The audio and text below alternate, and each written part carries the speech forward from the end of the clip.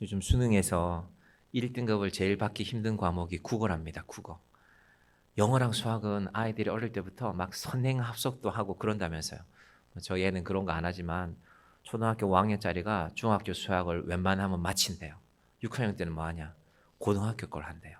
세상에나 세상에나. 그러면 중고등학교 갈 필요도 없는데 영어나 수학은 그렇게 열심히 하는데 국어는 이 국어의 대상 지문들이 워낙 많기 때문에 지문만 조금 바꿔도 한 문제, 두 문제 변별력을 만들기가 쉽대요. 그래서 수능 시험이라는 게 1등급, 2등급, 고등학교 내신력 이런 게 가려져야 된대요. 그래야 1등급짜리가 몇 명, 그러니까 등수가 정해질 수 있기 때문에 그래서 국어가 어려워서 자, 국어가 중요한데 오늘 우리가 방금 4장 1절, 2절, 3절을 봤단 말입니다. 성경을 모른다 할지라도 만약에 고등학생들 이렇게 국어에 관심이 많은 애들이 보면요. 야, 여기서 핵심 단어가 뭔지 찾아봐 하면 뭘 찾을까요? 오늘 단어에서 1절, 2절, 3절. 여러분 성경을 보시건 방금 이 앞에 PPT도 있는데요. 제일 중요한 단어 하나가 뭘까요? 이형으로 시작할 것 같아요. 이형. 안식이겠죠. 그죠? 안식. 도대체 안식이 뭘까? 안식에 들어간다고 했는데 자, 중요한 단어가 안식이라면 또 다른 이 안식을 설명하는 단어들이 크게 두 개가 나오는데요. 첫 번째가 약속입니다. 약속. 안식은 하나님이 약속하신 것. 또 하나는 뭐가 있을까요? 3절에 가보면요. 믿음이 나옵니다. 이미 믿는이라는 동사도 나왔고 우리들이라는 말도 나왔고 그 다음에 그 믿음에 믿는다는 것의 명사형이 이제 결국 믿음이 되지 않습니까? 그러니까 안식이 중요하네. 약속이 중요하고 믿음이 중요하네. 하나님이 안식이라는 것을 약속하시는데 안식이라는 것을 먼저 하나님이 약속하신 것이 중요하고 약속이라는 것은 상대방이 서로 지킬 때 그 지키는 우리가 약속을 지키는 것을 오늘 본문은 믿음이라고 얘기합니다. 근데 저는 오늘 이 안식이라는 말을요. 구원으로 좀 바꿔서 설명을 드리겠습니다. 출애굽기에서 이건 출애굽기 내용인데 출애굽기에서 설명하는 안식이 결국은 구원과 관련이 있거든요. 오늘은 이렇게 그래서 질문하겠습니다. 여러분 구원 받으셨습니까? 제가 지난번에 아멘 하시는 걸 감사합니다. 예수 믿으십니까? 라고 할 때도 여러분 당황하셨는데 여러분 목사가 구원 받으셨습니까? 갑자기 물으면 당황되죠. 당황되는 것도 맞습니다. 근데 잘 정돈하셔야 됩니다. 어디서? 말씀으로 내 생각으로가 아니라 전 어렸을 때 교회 다녔단 말입니다. 저도 고등학교 때 갑자기 어떤 할아버지 전도사님이 찾아와서 제가 저희 아버지한테 그랬거든요. 아버지 내가 교회는 오래 다녔는데 어려서부터 교회 다녔는데 내가 구원받았는지 잘 모르겠습니다. 라고 하니까 저희 아버지가 잘 아시는 연세 지긋한 남자 전도사님이셨는데 이분이 성경을 많이 읽고 자그마한 교회를 목회하시는 분인데 그분을 좀 만나보자 해서 제가 토요일마다 3번, 4번 정도 만났어요. 아마 에베소서 말씀을 그분이 펼쳐놓고 사실 제가 잘 이해했는지는 모르겠지만 그분이 차근히 설명해 주셨던 기억이 납니다. 제가 목사가 된 이유 중에 하나는 아마 그 시간도 포함이 될 것 같아요. 자, 구원 받으셨습니까? 여러분 마음속에 그래 내가 교회는 좀 오래 다녔지. 하나님이 나를 사랑하시지. 근데 때로는 내가 무슨 일이 잘 안 되면 아유 하나님이 정말 나를 구원하셨나? 내가 구원받은 것이 맞나 하는 의심이나 회의가 들 때도 있습니다. 자 그러면 다시 묻겠습니다. 여러분 구원이란 무엇일까요? 요한복음 3장 16절 말씀 띄워주시겠습니까? 이 말씀을 여러분이 믿으면 자 볼까요? 하나님이 세상을 이처럼 사랑하사 독생자를 주셨으니 이는 그를 믿는 자마다 멸망치 않고 영생을 얻게 하려 하심이라. 여기에도 약속이 나옵니다. 예수님을 주셨다고 약속했고요. 약속을 지키셨잖아요. 그게 하나님이 세상을 이처럼 사랑하사 독생자를 주셨으니입니다. 약속해놓고 안 지키면 의미가 없잖아요. 우리 약속은 잘하죠. 내가 평생 당신 손에 물 안 묻히게 해줄게 라고 하는 약속을 잘 지키는 남자분들이 잘 계시지가 않죠. 물론 요즘은 남자분들도 물을 묻혀야 살아갈 수 있는 시대니까 어제 우리 김장할 때도 남자분들이 열심히 잘 도와주셨습니다. 하나님이 약속을 지키셨습니다. 독생자를 주시겠다는 약속. 근데 그 약속에는 우리 쪽에 반응이 있죠. 그를 믿는 자마다. 여기에도 약속이 나오고 믿음이 나옵니다. 그래서 항상 구원이라는 얘기를 들을 때는요. 우리는 이걸 내 입장에서 생각해요. 내가 구원받는 게 중요하지. 그렇습니다. 내가 구원받는 게 중요합니다. 그런데 내가 구원받는 게 아무리 중요해도요, 하나님의 약속이 없으면 의미가 없습니다. 우리는 믿습니다. 믿음으로 구원받으면 되지. 하나님, 목사님 그게 뭔 말씀입니까? 믿습니다. 내가 믿는다니까요. 가 중요한 게 아니라 먼저 약속이 있어야 됩니다. 그래서 구원은 하나님의 약속으로 시작되는 것입니다. 그럼 우리가 구원받았습니까? 라는 대답, 그 말에 대한 우리의 대답은 예, 제가 그 약속을 믿습니다. 이면 됩니다. 그리고 또 하나가 있습니다. 출애굽기를 기준으로 하면요, 이 약속을 끝까지 지켜가는 것이 중요합니다. 자, 히브리스 말씀인데 이 내용 자체는 전부 다 출애굽기를 배경으로 합니다. 왜 출애굽기가 배경일까? 자, 오늘 제가 1부 때는 지난 시간 내용들을 좀 정리했는데 오늘은 바로 들어가겠습니다. 구원이라는 것이 약속과 관련이 있다고 했는데 출애굽기를 기준으로 하면 하나님이 어떤 약속을 하셨을까요? 자, 출애굽이라는 것은 아브라함의 이삭의 야곱의 후손이었던 야곱의 아들 중에 하나인 요셉이 먼저 애굽 땅에 들어갔단 말입니다.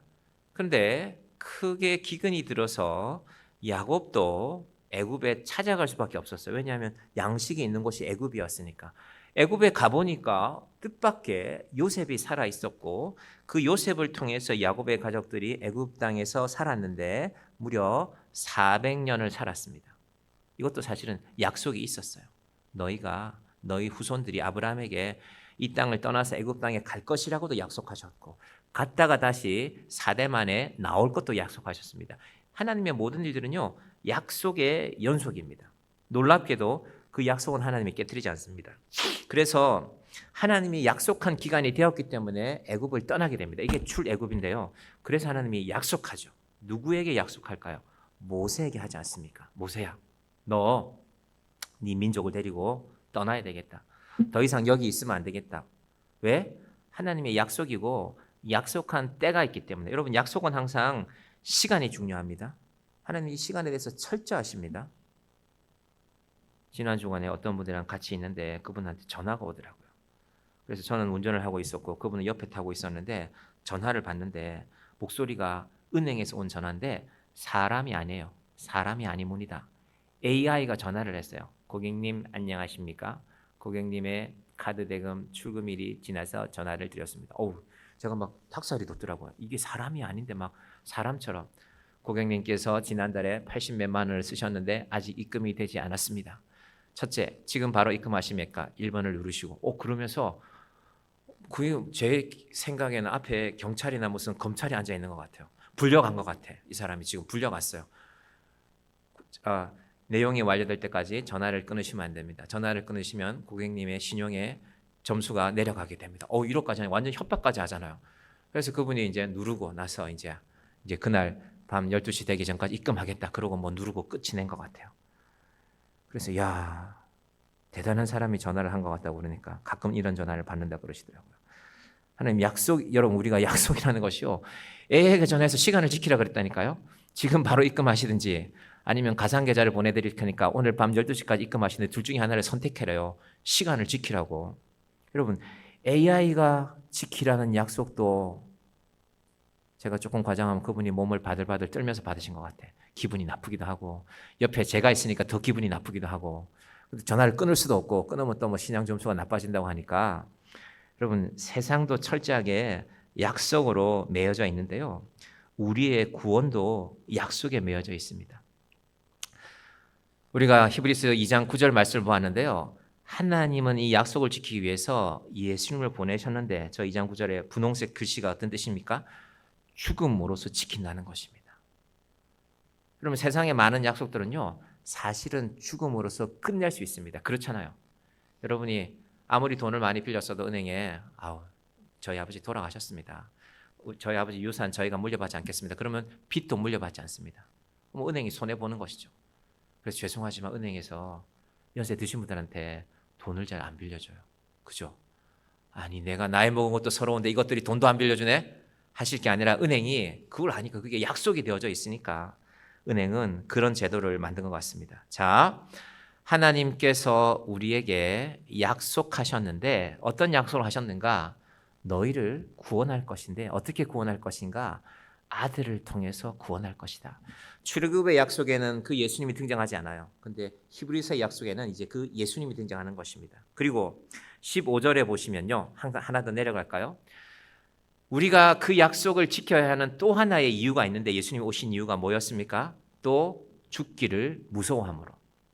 그럼 세상에는 가끔 좀 무지한 사람들 있죠. 나 죽는 거 안 무서워.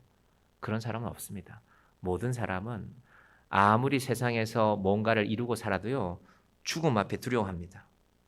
요즘 사람들이 취미가 많아졌잖아요. 보드 서핑이라는 거 여름에 추운 날에도 한다 하더라고요. 제주도에서는 11월에도 서핑을 한대요. 바다에 가서 파도 타는 사람들도 많고 한국에서 스키 타는 건 재미없다고 이제 이렇게 활강 코스가 한 30분에서 1시간 이상 되는 거. 그러면 산이 한 3,000m가 넘어야 되거든요. 우리나라는 없잖아요. 백두산이 2,700m니까. 그래서 일본에도 가고 저 알프스까지 겨울 시즌에 알프스로 스키 타러 가는 그런 것도 모집한대요. 아, 세상 사람들 참 다양하게 사는구나. 그런데 아무리 높은 파도를 타고 아무리 높은 산에서 스키를 타고 내려와도 인간의 운명은 죽기를 두려워함입니다. 그 죽음 앞에 평생 죽음 앞에 종로로 타면서 바들바들 떨면서 살아가는 인생을 위해서 내가 왔다. 이것이 제가 2주 전에 드린 말씀이었습니다. 그런데 이 문제를 약속하신 예수님이 알고 보니까 어떤 분이냐 하면요. 만유의 상속자. 히브리서 1장 말씀이었죠. 만유의 상속자로 세우시고. 그래서 여러분 예수를 믿는다는 것은요. 첫 번째는 물론 죽음의 권세 아래서 우리를 풀려나게 하시는 것이지만 또 하나의 중요한 이유는 만유의 상속자이시기 때문에 예수님께 기도하실 때는 좀 많이 하셔도 됩니다.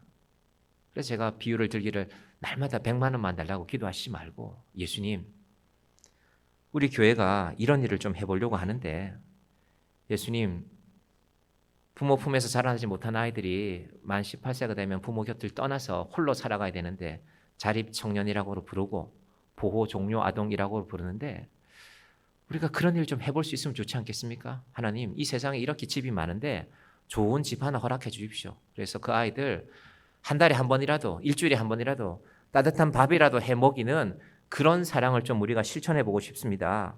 그런 기도를 우리가 하자는 것입니다.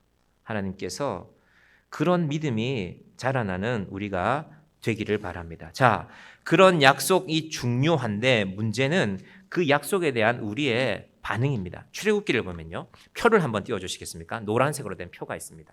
제가 출애굽기는요. 두 가지의 약속, 두 가지의 구원으로 이루어져 있습니다. 첫 번째는요. 애굽에서 나오는 약속입니다. 자, 그걸 해당되는 게 출애굽 1세대라고 부를 수 있고요. 두 번째는요.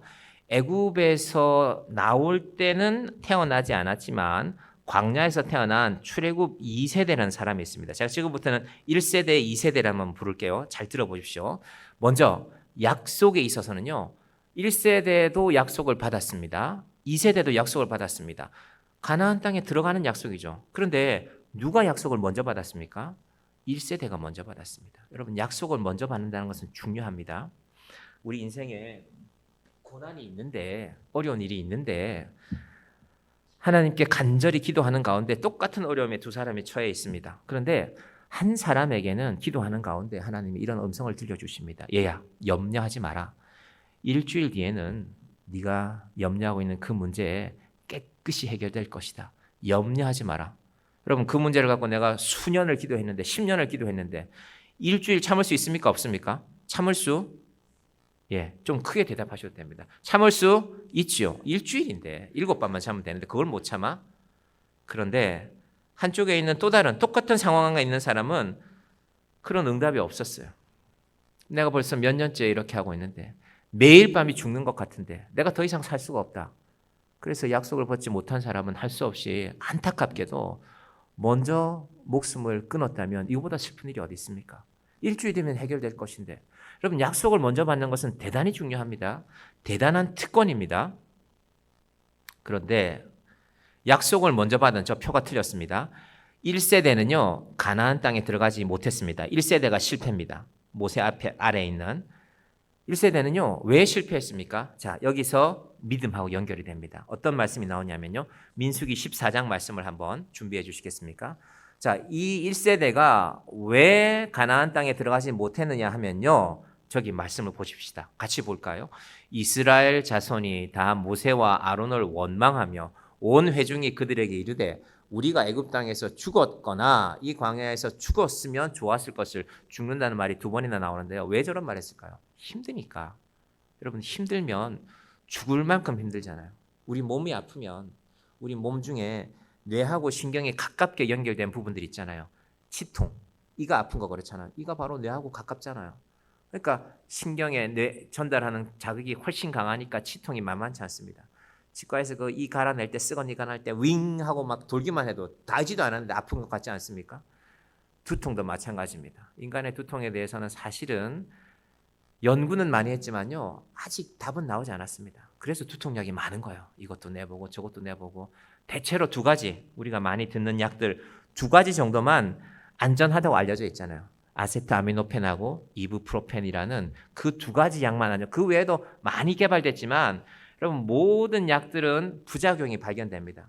그래서 보통은 평상시가 아닐 때는 임상시험을 한 3년 이상 하게 해요. 1차, 2차, 3차. 뭐 1차 100명, 2차 1000명, 3차 10,000명 이런 식으로 해서 그 10,000명 중에 적어도 요 퍼센테이지 안에 들어와야 10,000명 중에 5명 정도만 이상이 나타나야 안전한 약이야. 근데 대부분 실패해요. 그래서 미국의 FDA라는 거를 승인을 한번 받으려면 그 비용이 무지무지하게 들어가는 것입니다. 그래서 제약회사에서 약 하나 개발하는 게 힘들죠. 인간의 통증을 인간의 두통이건 치통이건 잡아내는 것이 쉽지 않습니다. 잠시 아물게 하는 것이죠. 그런데 하나님께서 그 통증이나 인생의 아픔 때문에 죽음을 결심하는 자들에게 먼저 약속을 주시는 것이 얼마나 그래서 소중한 것입니까? 그럼에도 불구하고 먼저 약속을 받았지만 먼저 약속을 받은 자가 끝까지 구원에 이르는 것이 아닙니다. 불평하던 이스라엘 백성들의 결론이 나왔죠. 민수기 14장 다음 구절 띄워주시겠습니까? 28절 말씀해 보시면요. 시작. 그들에게 이르기를 여호와의 말씀에 내 삶을 두고 맹세하노라. 너희 말이 내 귀에 들린 대로 내가 너희에게 행하리니. 분명히 약속을 먼저 받았는데 더군다나 1세대의 지도자는요. 모세였습니다. 모세. 무려 모세. 그런데 모세를 따라 나섰던 이스라엘 백성들이 하나님과 대면해서 십계명을 하나님의 말씀을 받아낸 사람 아닙니까? 그런데 결론이 무섭죠. 따라 나선 1세대도 다 광야에서 죽었고요. 모세도 가나안 땅에 들어가지 못했습니다. 여호수아를 통하여서 안식에 들여보냈습니다. 그러니까 구약에 약속이 있었지만 처음 약속을 믿은 사람이 아니라요. 여호수아를 따라 갔던 사람만 가나안 땅에 들어갔습니다. 이것이 구원의 완성입니다. 여러분 구원에 대해서 이제 정리해 보십시다. 구원은 2가지 약속이 있는데요. 첫 번째는 무엇 이건 좀 이따 볼 겁니다. 무엇으로부터의 구원이 있습니다. 자, 생각해 보십시오. 출애굽만 구원이 아닙니다. 우리가 인생을 살다 보면 우리를 힘들게 하는 게 있죠. 때로는 직장이 힘들 때도 있어요. 하나님, 내 직장이 너무 힘듭니다. 내가 월요일 아침만 되면 물론 우리는 옛날에 학교도 가기 싫었지만 월요일 아침만 되면 너무 가기 싫습니다. 나를 이 직장에서 좀 구원해 주시면 안 됩니까? 좀 다른 데로 옮겨주시고 좀 월급도 좀 많이 주시고 좀 편안했으면 좋겠습니다. 관계들이. 그것도 구원이죠. 그것만 해결되면 내가 살 것 같은데 그게 구원 아닙니까? 사업하시는 분들은 매달 이렇게 사업하시다가 자금을 빌리면 이자 내라고 뭐가 연락이 오죠. 그러면 하나님 내가 이 문자 좀 안 받았으면 좋겠습니다. 이번 달에도 우리 회사 매출은 얼마 되지도 않는데 이 이자를 또 내야 되니까 너무 사업하는 게 힘듭니다. 이 은행 이자로부터 나를 좀 구원해 주십시오. 예, 이것도 다 구원입니다. 그러나 인생에 존재하는 것들은 다 부분적인 구원입니다. 하나님이 약속하신 안식에 들어갔지는 자 여호수아는 들어갔단 말입니다. 그런데 여호수아가 이스라엘 백성들을 이끌고 가나안 땅에 들어갔지만 그거는 완전한 구원입니까? 그렇지 않습니다. 왜? 이스라엘이 하나님의 약속 안에 있을 때는 문제가 없지만 약속에서 떠나면 이스라엘에 문제가 많이 생겼거든요. 결국 나라가 둘로 쪼개졌죠. 다윗에 이어서 솔로몬에 이어서 솔로몬의 아들들의 시대에 나라가 둘로 쪼개지고 그리고 더 쪼개진 나라에 아픔이 있어서 결국 남쪽 나라도 북쪽 나라도 다 망하죠. 그래서 세상이 주는 안식은 완전하지 않구나. 여러분, 세상이 주는 안식에 완전한 것은 없습니다. 그래서 제가 심지어 교회마저도 영원하지 않다고 말씀드린 것입니다. 교회가 좀 크면 괜찮지 않을까? 예, 크면 안정감이 있겠죠. 저도 우리 교회도 안정감이 있기를 바랍니다. 이렇게 딱 정해지면 정해진 대로 하고 그렇게 갔으면 좋겠습니다. 아직은 그렇게 되지 않지만, 그런데 그것도 그렇지 않습니다. 많은 교회 목회자들이 아들들에게 물려주는데, 여러분, 그분은 그 아들은 괜찮을 수 있겠죠. 그리고 그 아들이 능력이 있을 수도 있겠죠. 그런데 목회의 길에 나선 사람 중에는 아버지가 목사가 아닌 사람도 많잖아요. 그렇잖아요. 그러면은 아니, 누구는 아버지가 목회하던 교회에 물려받아서 목회하면 되고 우리 아버지는 뭐 했나, 목회도 안 하시고, 그 좌절감이 있으면 안 되잖아요. 그래서 세상은 그리고 아들에게 물려주었다고 다 잘 되는 것도 아닙니다. 제일 유명한 교회들, 한국의 유명한 교회들, 사실은 많은 교회들이 그 세습이라는 상황 속에 들어갔는데, 여러분, 아버지와 아들이 교회를 두고 싸우면 그 꼴이 뭐가 됩니까? 그런 일들이 세상에는 많이 있습니다. 그래서 우리가 기도해야 됩니다. 세상이 교회를 어떻게 보는가? 재벌들이 지금도 여전히 한국은 재벌들이 아들들에게 물려주죠. 그런데 상속제라는 걸 무섭게 매겨놨잖아요. 50%까지 매겨놨잖아요. 그래서 웬만하면 그 과정이 쉽지가 않습니다. 그런데 교회는 똑같이 하니까 교회를 향한 눈이 세상이 그렇게 곱지가 않은 것입니다. 자, 다시 제자리로 돌아옵니다. 세상의 안식은 다 불완전한 것들입니다. 그래서 여호수아가 아니라 모세가 아니라 예수님이 참된 안식을 약속하는 것입니다. 그것이 구원인데요. 자, 이제는 그 보라색 표를 보겠습니다. 자, 보십시오. 구약에 그런 약속이 있었다면요, 신약을 보면 그 약속이 이렇게 바뀌게 됩니다. 대상은요, 유대인과 그리스도인, 예수 믿는 사람으로 바뀌게 되고요. 구원의 약속을 놓고 보면요, 유대인이 훨씬 먼저 받았습니다. 예수님 기준으로 해도 그들은 2000년 전에 하나님께 약속을 받았던 사람 아닙니까? 우리가 예수 믿으면, 한국에서 예수 좀 믿었으면 우리는 4대째 믿습니다, 5대째 믿습니다. 예, 그 믿음이 대단합니다. 귀한 믿음이죠. 근데 유대인들이 그 얘기 들으면 우리는 한 몇 대나 되려나? 한 500대 되려나? 한 세대를 30년으로 잡으면 2000년으로 하면 한 600대가 될 수도 있겠네요. 우리는 한 600대 믿었는데, 그래 몇 대라고요? 우리가 5대 믿었는데요. 그럼 유대인들에게 우리의 믿음의 역사라는 건요, 정말 하찮은 것이죠. 가소로운 것입니다. 그런데 중요한 것은 그 믿음의 완성, 그 구원의 여정을 끝까지 이룬 것은요, 미안하지만 유대인이 아니라 예수를 믿는 사람입니다. 유대인들은 두 가지 이유에서, 오늘 주제는 아니지만요, 메시아인 예수를, 그들의 구원자인 예수를 인정하지 않습니다. 첫 번째, 메시아로 오는 건 한 번이면 족하다는 것입니다. 왜? 구원이 한 번이면 족하기 때문에. 그런데 처음 왔다가 또 갔다가 다시 온다고 그러냐? 우리는 그런 메시아 기다리지 않는다. 두 번째는 정말로 메시아이면 세상이 바뀌어야지. 왜냐하면 유대인들은 2000년 동안 나라를 잃었잖아요. 정말 그분이 메시아냐? 그 사람이 메시아냐? 예수라는 사람이? 그러면 왜 하나님의 백성인 우리를 2000년 동안이나 온 세상을 떠돌게 하느냐? 우리가 2차 대전 때는 독일의 히틀러에 의해서 우리 민족이 수백만 명이 죽었는데, 그런 우리를 바라만 보고 있는데 그를 메시아라고 할 수 있냐? 우리는 그런 메시아 인정하지 않는다. 그래서 아직 안 왔다는 것입니다. 자, 그 두 가지 때문에 그들은 메시아인 예수를 인정하지 않습니다. 자, 오늘 설교에서 조금 포인트가 벗어났는데요. 자, 여러분, 출애굽 세대를요, 원래 하나님이 광야에서 고생시키려고 약속하지 않았습니다. 방금 우리가 읽었던 민수기 말씀대로요, 그들이 믿지 않았기 때문에, 다르게 말하면 순종하지 않았기 때문에 그들의 광야의 시간이 길어진 것입니다. 자, 우리 삶으로 적용시켜 봅시다. 나도 예수를 믿었는데 내 인생의 시련이 좀 오래 가요. 내 방황이 좀 오래 가요. 이스라엘 백성들은 적어도 광야에서 40년 동안 방황했단 말입니다. 그런데 여러분, 40년이 되기까지 하나님이 기다리신 겁니다. 뭐 하기를? 돌아오기를.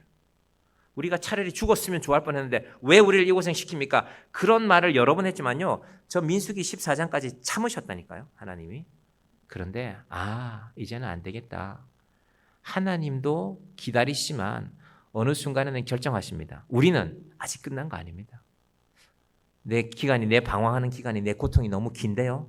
내 삶이 너무 힘듭니다. 그런데 아직 남았습니다.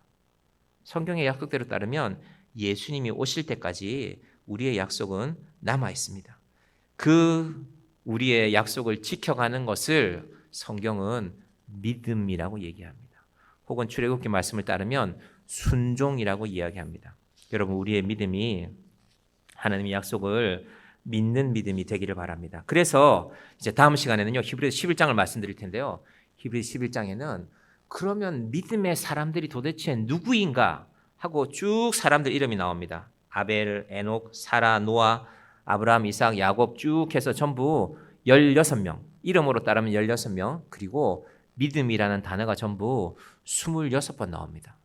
제가 내년에 여러분과 함께 하고 싶은 것은, 오늘도 장로님과도 상의하고 우리 피택자들과도 이렇게 나누고 있지만은, 제가 여러분과 나누고 싶은 것은요, 이 말씀을 오늘 오후에, 예를 들면 여러분이 오늘 오전에, 내일 다음 주 오전에 모이셔서 히브리서 11장을 미리 읽으시고 예배에 오는 것입니다. 다는 아닐 수 있습니다. 다는 아니라도 됩니다. 마음에 원하는 사람이 오셔야죠. 그래서 이 믿음이라는 단어가 전부 16명이 나오고 26번이라는 믿음이라는 단어가 나오는데, 여러분 이분들의 특징이 뭔지 아십니까? 우리가 보기에는 믿음이 있으니까 성공했네, 출세했네. 저는 저희 교회에서 가능하면 간증은 잘 하지 않으려고 합니다. 특히 세상에 유명한 사람들. 왜? 언제 실패할지 모르기 때문에.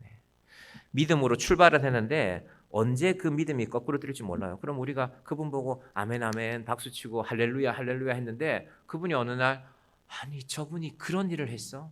그럼 우리의 믿음은 뭐가 되는 겁니까?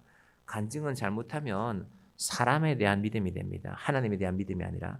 더 정확하게 말하면요, 간증은 사람에 대한 믿음이 아니라 그 사람의 성공에 대한 믿음입니다. 아, 저 사람 저래서 성공했네. 나도 하나님 믿으니까 성공해야 되겠네. 성공하지 말라는 말이 아닙니다. 하나님이 믿음의 대상임을 잃지 말라는 말입니다. 그 중에서 대표적인 사람이 역시 아브라함일 텐데요. 11장 8절만 제가 읽어드리면요. 11장 중에서 믿음으로 아브라함은 부르심을 받았을 때에 순종하여 장래의 유업으로 받을 땅에 나아갈새 갈 바를 알지 못하고 나아갔으며, 오늘이 11월 30일인데 제가 2017년 11월 30일 날 강원도 원주에서, 원주 시골의 어느 땅에서 남쪽에 불온면인지 무슨 면인지는 기억이 안 납니다. 여주로 넘어오고 있었습니다. 다리를 하나 걸으면 강원도 원주에서 경기도 여주가 나와요. 근데 그때가 해가 져가는 시간이었어요. 5시가 좀 지나서 5시 15분, 5시 30분 그때쯤이었는데, 제가 왜 그 다리를 지나고 있었냐면은, 하나님, 제가 담임 목회를 할 때가 됐는데 저를 청빙한 교회도 있었는데, 제가 이력서를 넣기도 했지만 어떤 교회는 저는 이력서 같은 건 넣지 않았는데, 당신이 와서 목회했으면 좋겠다. 그렇게 작은 교회도 아니었어요. 한 250명 되는 교회였는데, 그래서 내가 이 교회 가서 목회하는구나 하고 제 삶을 정리하고 있었는데, 한 2달 전에 다시 연락을 받았어요. 그 교회가 싸웠대요. 싸워서, 그러니까 그 교회 원래 오랫동안 목회하시던 분이 이분이 와서, 김효원 목사가 와서 목회하면 좋겠다 하고 저를 추천했고, 목사님이 추천하시면 우리는 받겠습니다 하고 받았는데, 본인들끼리 싸웠으니까 이제 약속이 깨어진 것이죠. 그래서 그 목사님이 70이 다 돼가는 분이, 아이고 내가 젊은 분한테 이런 소리를 해서 죄송하다고, 내가 염치가 없다고 목사님 청빙하기로 한 게, 나야 다 이렇게 떠나는 몸이지만 이분들이 서로 의견이 맞지 않으니까, 제가 그래서 농촌에 찾아가서 양계하는 목사님들을 만났어요. 왜냐하면 양계를 하게 되면 그분들의 설명에 따르면 아침 시간에 3시간 정도만 일하시면 목사님 가족은 먹고 사는 건 문제 없습니다. 그래서 갔어요. 양계를 배웠습니다. 그럼 닭똥이 냄새가 많이 나거든요. 닭똥도 치우고 열심히 배웠습니다. 그런데 뭘 깨달았냐면요, 제가 또 계란을 좋아한단 말이에요. 계란 후라이 해주면 저는 아무 군소리 하지 않고 밥도 잘 먹습니다. 계란도 좋아하고 양계도 괜찮지만, 문제는 농촌에 가보니까 밤이 되니까 알겠어요. 사람이 없어요. 사람이. 그 목사님들 말씀이, 목사님 우리는 이제 양계하는 건 잘한다고, 그리고 이 계란 팔 수 있는 통로도 유통 통로도 잘 마련해 놨다고, 문제는 농촌에 사람이 없으니까 양계를 도시에 가서 할 수도 없고 그렇다고 우리가 농촌에서 양계하면서 도시교회 가서 목회할 수는 없지 않냐고 그때 깨달았어요. 아, 하나님, 목회는 사람이 있는 데서 해야 되는 거군요. 그래서 제가 정리하고 이제 떠나왔죠. 떠나오면서 그 다리를 걷는 것입니다. 그게 11월 30일이었어요. 근데 제가 어제 우리 교인들이 나오셔서 김장도 하시고 또 성탄 트리도 만드시는 걸 보았습니다. 제가 옆에 가서 뭐 하실 때 일부러 도와드리지 않았습니다. 스스로 할 수 있어야 되니까 평생 뭐 제가 성탄 트리 만드는 걸 옆에서 도와드릴 수는 없잖아요. 근데 잘 하시더라고요. 잘 하시고 불도 반짝반짝 잘 들어오고 하나님께서 하나님, 제가 8년 전에 그 원주에서 여주로 넘어오는 그 다리를 건널 때 제 눈에 아무것도 보이는 게 없었습니다. 하나님, 아무것도 내 손에 잡은 게 없습니다. 믿음으로 아브라함은 부르심을 받았을 때 저를 목사로 부르지 않았습니까? 저를 목사로 불렀으면 제가 일할 곳이 있어야 되죠. 순종하여 장래의 유업으로 받을 땅에 나아갈새 갈 바를 알지 못하고 거기서 이제 여주를 지나서 그때 제가 용인에 살고 있었으니까 용인까지 오는데 한 1시간이나 2시간 가까이 걸렸을 텐데 정말로 그때 운전대 핸들은 잡고 있었지만요. 항상 그 2시간 내내 운전하는 내내 하나님, 내가 아무것도 잡은 것이 없습니다. 근데 제가 어제 여러분들이 물론 지금 교인들 많은 교회 목사님 우리 교회를 보면 아이고 애게게 이게 주일 예배라고 사람들이 앉아 있는 건가 그럴 수도 있지만 저는 그게 문제가 아니라 하나님, 그래도 교회를 생각하면서 주일을 생각하면서 나와서 김장도 담고 성탄 트리도 준비하는 분들이 계셔서 저는 너무 감사한 하루였습니다. 여러분 눈에는 혹시 아무것도 안 보이십니까? 하나님, 나 예수 오래 믿었는데 아무것도 손에 잡히는 게 없습니다. 내가 몸이 아파서 아무것도 하지 못합니다. 그렇지 않습니다. 아직 끝나지 않았습니다. 여러분, 하나님이 끝 하실 때까지 끝이 아닙니다. 아직 남았다는 것입니다. 연세가 드신 분들은 마음의 허전함일 수도 있습니다. 아이고, 내가 젊은 시절은 다 지나가고, 그러나 아직 끝은 아닙니다. 경제적으로 어려움을 당하는 분들도 아유, 목사님, 저는 뭘 하고 싶어도 돈이 하나도 없습니다. 여러분, 돈 없어도 하실 수 있는 일이 많습니다. 그리고 오늘 제가 1부 때도 말씀드렸는데요, 하나님 앞에 결심하시기를 바랍니다. 믿음이 있으면 보입니다. 교회 오래 다닌 것이 문제가 아니라 여러분 1세대가 약속은 받았는데 약속을 이루지 못했다니까요. 믿음으로 이루어가는 것입니다. 믿음에 이제 출발하시는 분들도 마찬가지입니다. 저는 아무것도 모릅니다. 잘 배우시기 바랍니다. 제가 여러분들이 내년에 오전에 성경을 읽으시면 저는 그 시간에 또 새가족들과 함께 해야 될 새가족 교육도 우리에게 숙제로 남아 있습니다. 하나님께서 시작한 믿음을 끝까지 지켜가시기를 바랍니다. 어떤 믿음? 일요일이 아니라 오늘 주일이구나. 내가 일주일 내내 일했으니까 오늘 쉬어야지. 근데 내가 겨우 교회 나간다. 그런 믿음 말고 여러분, 하나님이 우리 예배를 받으신다 그랬는데 하나님 마음이 어떻겠습니까? 사람도 알잖아요. 억지로 하는 거 사람이 알잖아요. 저는 사람들이 뭔 일을 할 때 억지로 하는 거 참 싫더라고요. 차라리 제가 하는 게 낫지. 그래서 제가 웬만하면 억지로 할 것 같으면 저는 일 안 시킵니다. 제가 하는 게 마음 편합니다. 그런데 일요일이 아니라 주일을 지키는 믿음은 다른 믿음입니다. 아, 내일 주일이구나. 내가 아직 못한 일도 있지만 정리해야지. 내가 내일은 예배 드려야지. 오늘 저녁에는 쉬어야지. 그게 믿음입니다. 보이지 않지만 하나님을 바라보는 믿음. 교회 다니는 것이 아니라 예수를 믿는 믿음. 내 발걸음이 교회 마당을 밟는 것이 아니라 하나님, 내가 하나님의 약속 때문에 여기 나왔습니다. 아들을 보내셨다면서요. 내가 그 아들을 믿습니다. 그 아들이 만유의 상속자라시면서요. 내가 그 만유의 상속자에게 기도합니다. 하나님, 제가 필요한 것이 많습니다. 내 욕심 때문에 구하는 것 아닙니다. 하나님, 내가 예수 믿는데 이렇게 살면 안 되지 않습니까? 내가 예수 믿는데 날마다 이렇게 힘들어야 됩니까? 하나님께서 제 모습을 바꾸어 가시기를 원합니다. 여러분, 우리의 기도가 이런 믿음이 되기를 바랍니다. 옛날에 잘했는데 그 믿음 말고 오늘 잘하는 믿음이 되기를 바랍니다. 여러분, 하나님이 약속하셨는데 우리도 하나님께 약속해야 되지 않겠습니까? 죄송하지만 여러분, 헌금에 대해서 말씀드리겠습니다. 많이 하시라는 게 아니라 약속하시기 바랍니다. 내가 이렇게 살아가고 있으니까 하나님, 내 수입이 이만큼입니다. 제가 말씀드리죠. 여러분, 내 수입이 하나도 없는데 헌금 하시면 안 됩니다. 절대 하시면 안 됩니다. 저는 여러분에게 은행에 빚내서 헌금하시는 말 절대로 드리지 않을 것입니다. 내 수입이 있으면 하나님, 내 수입을 이만큼 주셨군요. 하나님이 주신 것으로 인정하고 제가 이만큼은 구별하겠습니다. 여러분, 하나님은 계획하시고 약속하시고 그것까지 지키신 분인데 우리는 생각나면, 여러분, 생각나면 뭘 할 수 있습니다. 근데 우리는 알잖아요. 선물이라고 가져왔는데 이게 미리 준비한 건 아니고 생각나서 가져왔구나.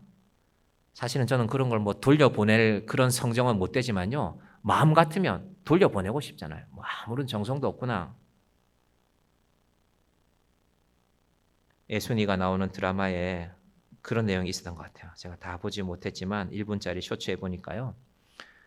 애순이라는 이 여자, 애순이가 누군지는 알죠? 아이유입니다. 그 드라마 상에서 이 사람이 결혼을 하게 됐는데 아이유를 며느리로 받아들이는 어떤 분이, 그러니까 아이유의 시어머니가 되겠죠.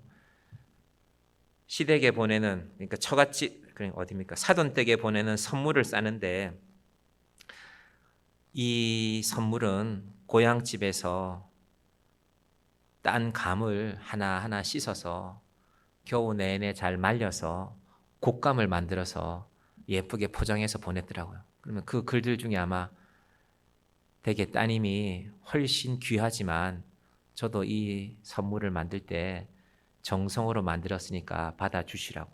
여러분 인생에 우리가 그런 선물 한번 받아보고 싶지 않습니까?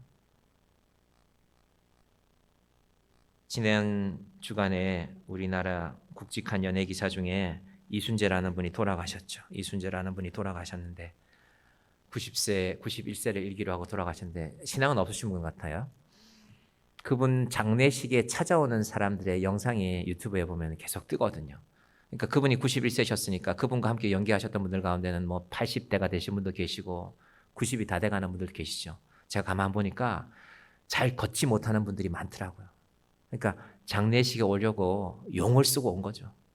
평소 때는 그렇게 걷는 분이 아닌데 백일섭이라는 분도 보니까 야, 저분 걷는 게 참 불편하구나. 그분 옛날에 이순재 씨랑 같이 무슨 여행하는 프로그램 찍을 때도 다리가 불편해서 그랬던 분인데 이 자기보다 나이가 많은 이순재 씨는 막 앞에서 총알처럼 달려가고 이분은 뒤에서 어기적어기적 따라가고 했었는데, 그렇지만 인생이 한 사람의 인생을 생각하면서 그 장례식에 온다는 건 참 귀한 모습이죠.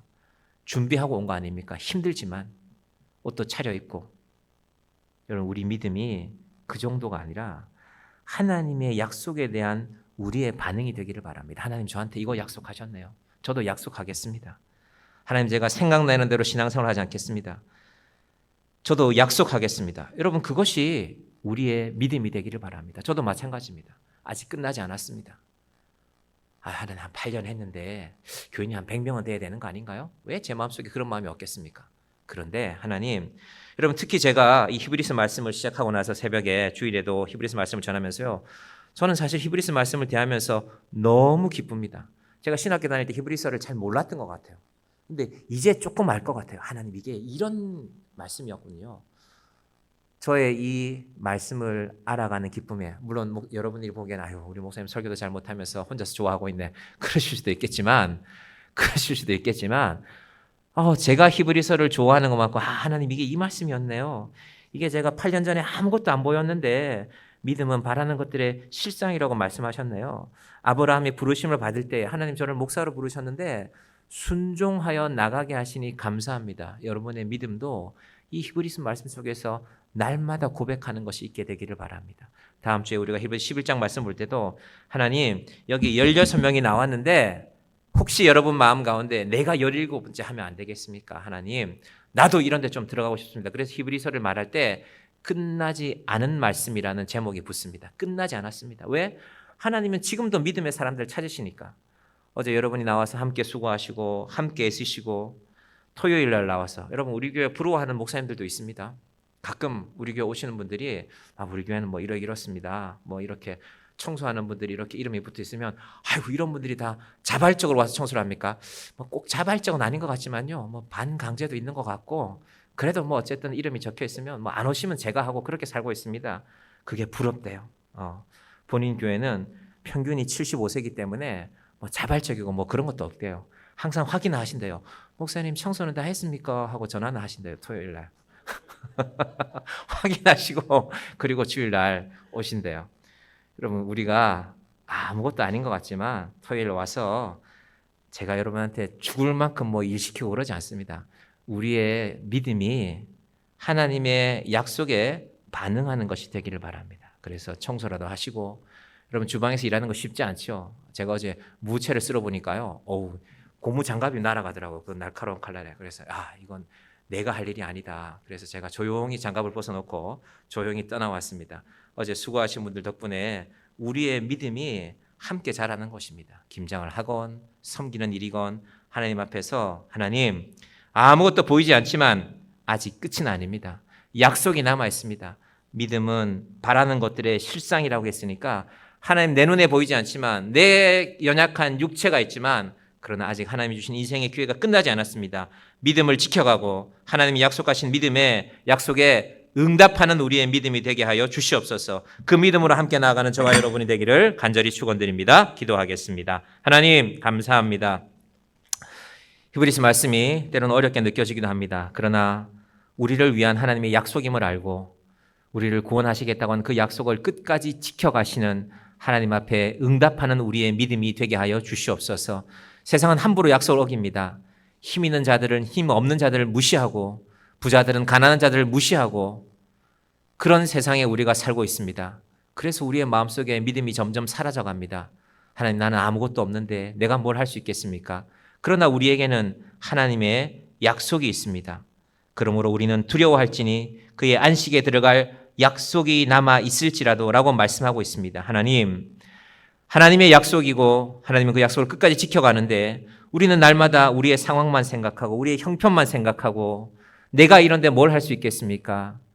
나 같은 사람이 뭘 할 수 있겠습니까? 이 믿음으로 살아가지 않게 하여 주시옵소서. 하나님이 약속하셨으니 하나님의 아들을 주셨으니 하나님 저도 하나님을 믿습니다. 하나님 앞에 나도 내 인생을 약속하며 살아갑니다. 그 믿음으로 하나님 세우신 교회를 지켜가는 주의 자녀들 복되게 하여 주시옵소서. 예수님의 이름으로 기도드립니다. 아멘.